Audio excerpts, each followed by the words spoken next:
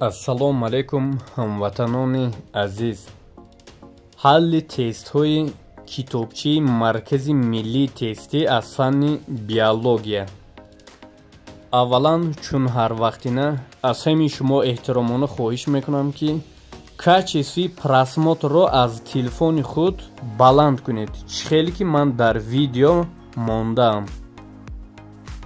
баъдан довталабон як чиро фаромӯш накунед ки чӣ қадре ки лайк ва подписасияи шумо бисёр мегардад, ҳамин қадар ҷавобҳои минбаъдинии тестҳо дар канали азимиён тезтар ҷойгир карда мешавад.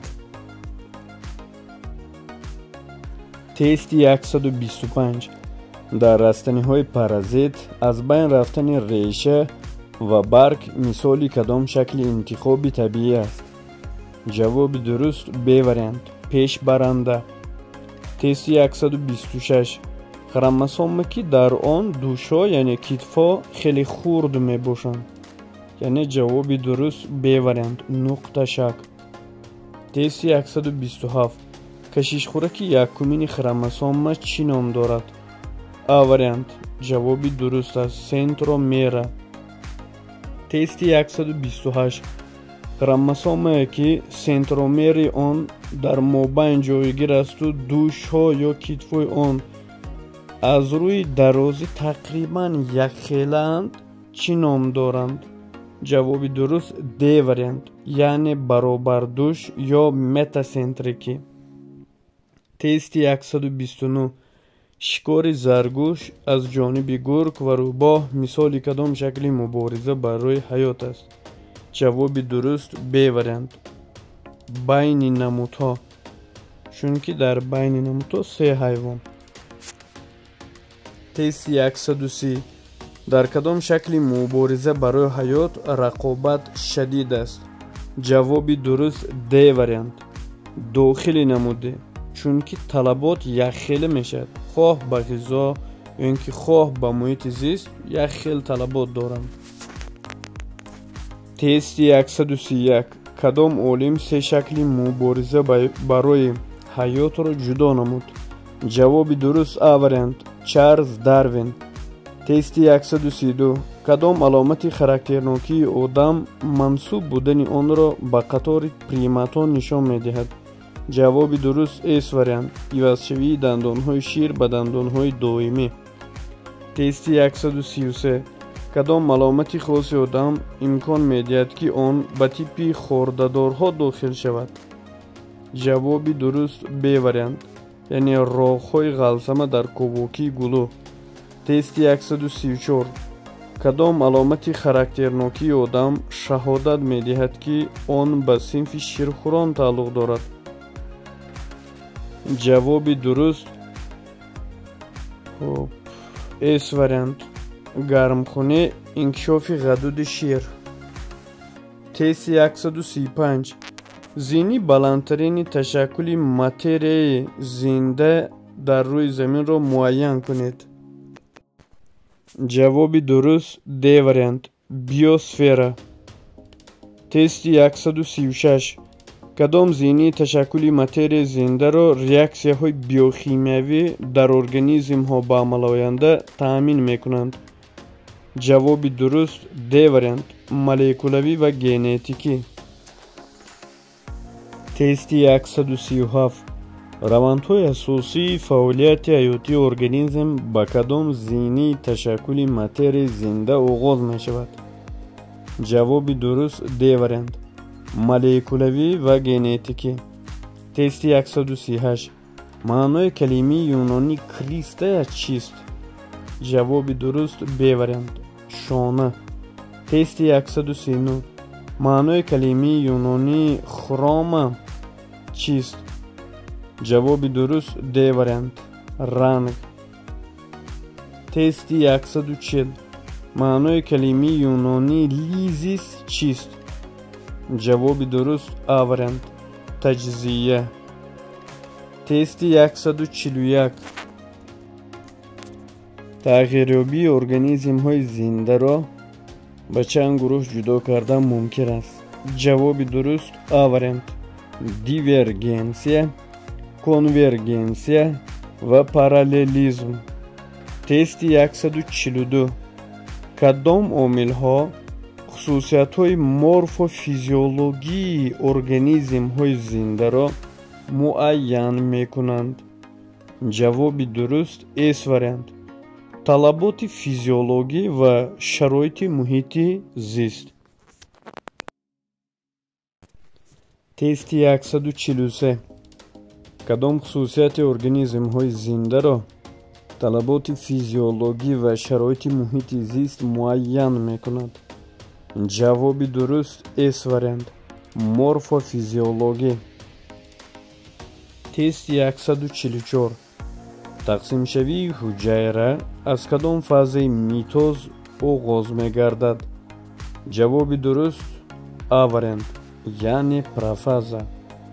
тести 145.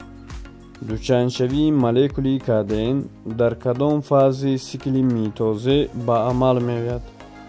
ҷавоби дуруст эс фаза, яъне дар интерфаза. тести 146. фаъолияти ҳаётии ҳуҷайра дар байни ду митоз чӣ ном дорад? ҷавоби дуруст эс вариант, яъне интерфаза. тести 147. аз рӯи иҷроиши вазифа, сохт ва пайдоиш боли шапалак ва парранда мисоли чист? ҷавоби дуруст эс вариант, яъне узвҳои аналогӣ. тести 148. узвҳое ки аз ҷиҳати сохт ба ҳам мувофиқанду пайдоишон ягона аст, вале вазифаҳои гуногунро иҷро мекунанд, чӣ ном доранд? ҷавоби дуруст д вариант, гомологӣ. тести 149. узвҳое ки вазифаи якхеларо иҷро карда сохт ва пайдоиши гуногун доранд, чӣ ном доранд? а вариант, гомологӣ нодуруст. б вариант, ҷавоби дуруст, яъне аналогӣ. тести 150. стегоцефала аввалин кадом гурӯҳи ҳайвонот мебошад? ҷавоби дуруст а вариант, обхокиҳо. тести 151. стегоцефала аз намояндагони кадом қатори моҳиҳо пайдо шудааст? ҷавоби дуруст д вариант, моҳиҳои панҷабод, яъне намояндааш латимерия. тести 152. дар охирҳои кадом давра стегоцефалаҳо пайдо шудаанд? ҷавоби дуруст эс вариант, дар даври девон. тести 153. маҷмӯи мубодилаҳои пластикӣ ва энергетикӣ чӣ ном дорад? ҷавоби дуруст эс вариант, метаболизм.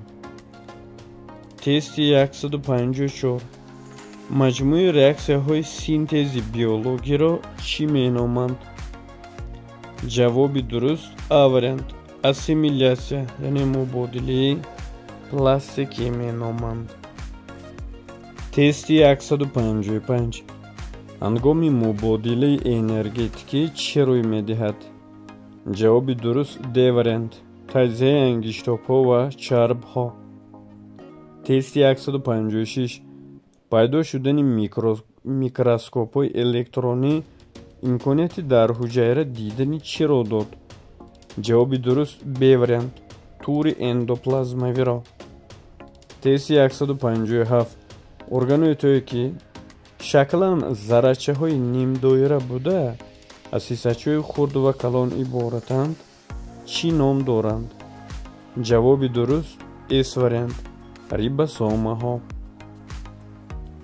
тести 158. дар расм кадом органоиди ҳуҷайра нишон дода шудааст?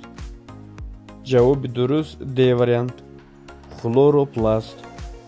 тести 159. кадом органоиди ҳуҷайра ҳангоми митоз нест мешавад? ҷавоби дуруст а вариант, яъне ядроча. тести 160 тақсимшавии мустақими ҳуҷайраҳои эукариотӣ чӣ ном дорад?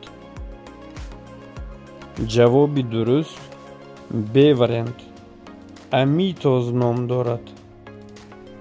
тести 161 тарзи тақсимшавии ҳуҷайраҳои эукариотиро ки зимни он ҳуҷайраҳои духтарӣ айнан ахбори генетикии дар ядрои ҳуҷайраи модари монандро мегиранд муайян кунед. ҷавоби дуруст д вариант митоз. тести 162 даври меёз ки дар он конюгатсияи хромосомаҳои гомологӣ ва чилликшавӣ ба амал меоянд. ҷавоби дуруст а вариант профази 1. тести 163 кадом фаза дар меёз охирин аст? ҷавоби дуруст б вариант телефази 2. тести 164 вайрон шудани кадом раванд сабабгори асосии бемории даун мегардад? ҷавоби дуруст с вариант меёз. тести 165 маҷмӯи генҳои як фардро чӣ меноманд? ҷавоби дуруст с вариант яъне меёз. чӣ алиш кардем? с вариант яъне генотип.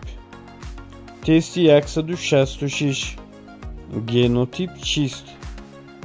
ҷавоби дуруст а вариант маҷмӯи генҳо дар дастии диплоидии хромосомаҳо аст. довталабони азиз, аз шумо эҳтиромона хоҳиш карда мешавад ки лайк ва подписасияро фаромӯш накунед, зеро ки чӣ қадар ки лайк бисёр шавад ҳамон қадар видеоҳои навбатӣ тезтар дар канали маркази омӯзишии азимиён ҷойгир карда мешавад.